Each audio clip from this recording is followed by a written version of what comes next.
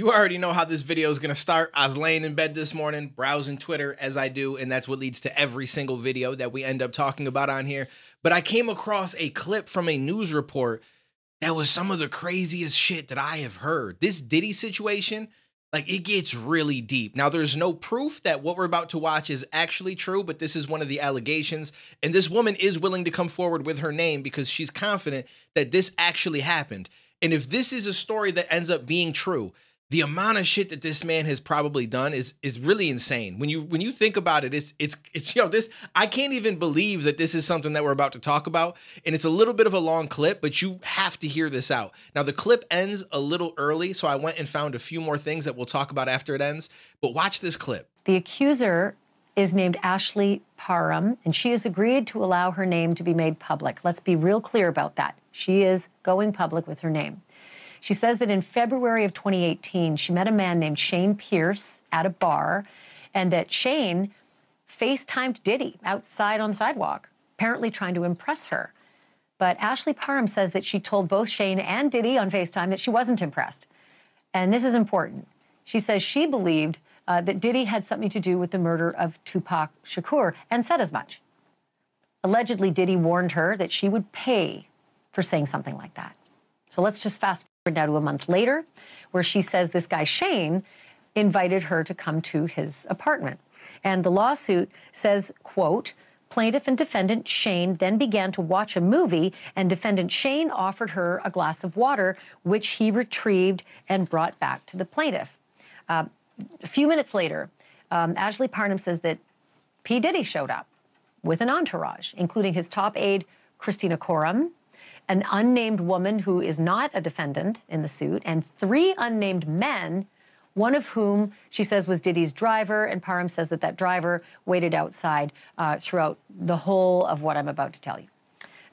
Parham says that Diddy was antagonistic from the start and that he put a knife to her face. And now this is where I start reading directly from the complaint. Defendant Shane then partially undressed plaintiff, and then defendant Diddy removed the remainder of plaintiff's clothing, removing the knife from her face, and then retrieved a bottle of liquid from a large fanny pack. Defendant Diddy then squirted a bottle of liquid on plaintiff, which placed her in fear that she was being squirted with a chemical substance like acid. Plaintiff soon realized the substance was an oil/lubricant. Plaintiff was squirted with this liquid substance all over the entirety of her naked body.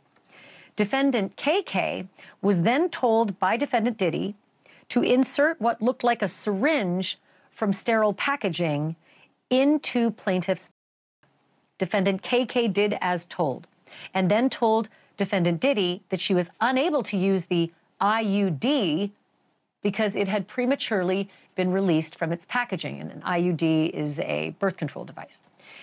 Defendant Diddy, upset by this, took the so-called syringe from defendant KK and tried inserting it into plaintiff's instead.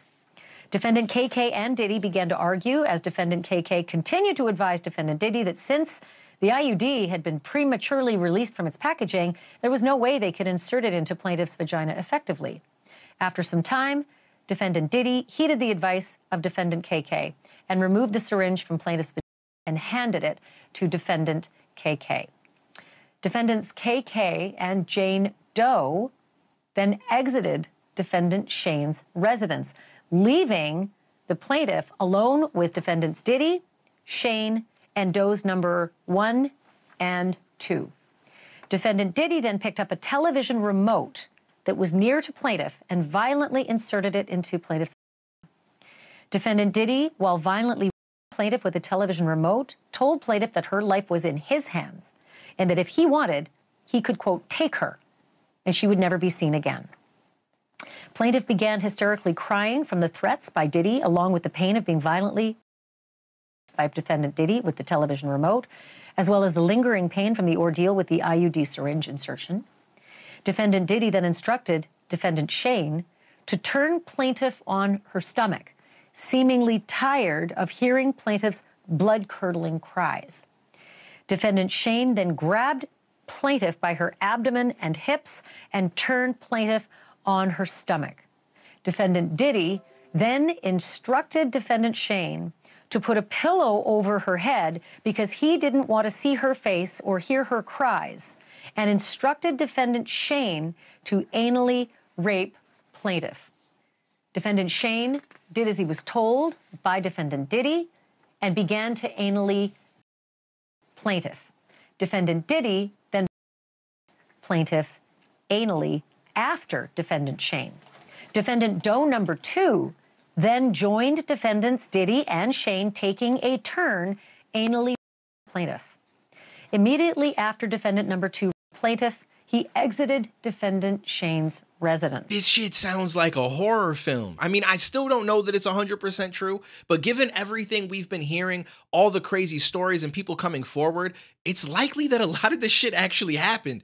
And it's just, it blows my mind to think that this man actually felt like he can move like this and get away with it. But a lot of times when you get away with a lot of shit in the beginning, you start to feel untouchable because they begin to realize that no matter what they do, they have a way to get out of it. Whether it's paying somebody off, whether it's having connections and getting the police to get off your back, or sometimes it just doesn't even sound believable and people just brush it off to the side given the person that you are. So from what I can tell based on what she was talking about, it looks like after the person that took advantage of her left, Diddy had another person take advantage of her. And I can't find all that much information about the details of it, but it seems like that was the entirety of it, which is more than enough because that shit was crazy. To sit and listen to that and think that somebody actually went through an experience like that is wild to me. Now I'm going to jump into an article that I found about this, and there is one part that I'm not going to lie, it kind of comes across a little bit weird. I don't know if they just worded it wrong or if it actually means what it says, but this is what I found to be a little bit off. In her lawsuit, Parham describes an altercation she and Combs had after the alleged in which Parham says she confronted Combs while secretly wielding a knife she found inside Pierce's kitchen, telling Combs he had raped her. Combs allegedly offered Parham money and instructed her to say the rape was consensual and she was a sex worker. Parham claims Combs said he had gotten off from bigger crimes than this and referred to Tupac again, after which Combs' bodyguard, referred to as Doe 1, pulled his gun on him, asking him to repeat what he said in reference to Tupac. Parham claims she tried to reach for the bodyguard's hand that held the gun, causing the gun to fire and hit a hill behind Pierce's residence. Parham's lawsuit states Combs ran up nearby steps and she charged after him with the knife, pushed him to the ground, and intended to stab Combs, but fled after he pleaded for his life. Parham claims Combs chased her, prompting her to graze Combs' abdomen with the knife. She escaped to the street and sought a neighbor to call the police, and later spent that night in Pierce's home after Combs and his entourage left. Parham alleges Pierce soon began driving a new car, which she believes was payment by defendant Diddy for setting up plaintiff to be.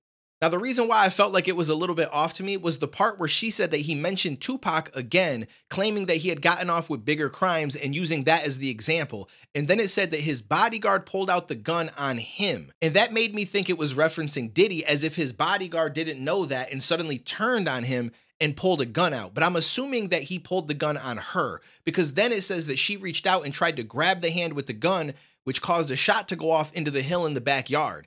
And if he was pointing it at Diddy, then I don't know why she would have grabbed the gun, because that wouldn't make any sense. That means that he's now on your side and doesn't like what he just heard. So I'm not really sure if that was just a mistype. I'm assuming it was an error and that he pulled the gun on her and that she got some balls, because I wouldn't have grabbed someone's hand with a gun. And thankfully, she didn't end up getting shot. But then she also chased him with a knife. And for whatever reason, because he pleaded for his life, she let him go, which is also a little bit odd, because I feel like a woman in that position would probably just stab the guy, and rightfully so. I don't think that she'd be in the wrong to do so, but I guess, I don't know. I don't know. A lot of emotions can be going through your head, so I don't know. I'm not saying that it's not true, but it just seems a little bit weird to me. Now, I do believe that Diddy went and did these things. It's just that parts of the story seem just odd. And I don't know if that's just me. You guys let me know down below in the comments, because it also feels a little bit weird that she claims she went back and spent the night at Pierce's house when she knows that that's where she was when he showed up, which means that that man obviously had to have been involved in setting her up. And then she claims that that's what she thought happened later on when he started driving a new car. So the whole situation is just kind of weird. Now, in another article, I didn't see all of that information. I just saw a part that said after the alleged Diddy forced Parham to ingest an unknown pill. Later, she claims she confronted Diddy about the but the musician responded by offering her money to say that the encounter was consensual and that she was a sex worker. So that matches the other article. But this one goes on to say when Parham refused to accept Diddy's offer, he allegedly told her no one would ever believe she had been by him, and if she did tell anyone such, that they would harm her family. Parham says that she went to multiple police departments to report the alleged, but no charges have been filed. So each article is a little bit different in what it says happens after that point. Up to then, it seems like it's pretty accurate across the board. They all kind of say the same thing. But from there on, we're talking about either her having a knife, chasing him down and grabbing a guy's hand with a gun and all sorts of shit like that. And then finding out that the guy whose house she was at was probably involved in it, which I thought that she would have known that in the beginning, because otherwise how would Diddy show up? But regardless, this one makes it seem as if it was just, he told her, hey, listen, if you do this, your family's in trouble, which sounds a little bit more believable to me. And then she apparently went to police stations and tried to report it, but no charges were filed. And I think that that's crazy, because if she went straight from the situation, even the next morning, 100% there would still be some kind of DNA on her, and they should have been able to find stuff to be able to bring charges. So I don't know exactly what's going on with all of this, but she's putting her name out there and she's coming forward with this suit. So obviously we'll have to see how it plays out, but it's hard for me to believe that this many people have come forward and more are still coming forward and none of the stories are going to be true. So until all this plays out, we really have no idea, but I'm definitely leaning towards the side of Diddy being a little weird, creepy dude that's doing some wild shit out there and he just got caught for it. That's what I'm thinking. Let me know what you guys think down below. I appreciate you for stopping in. I'll catch you in the next one, homies.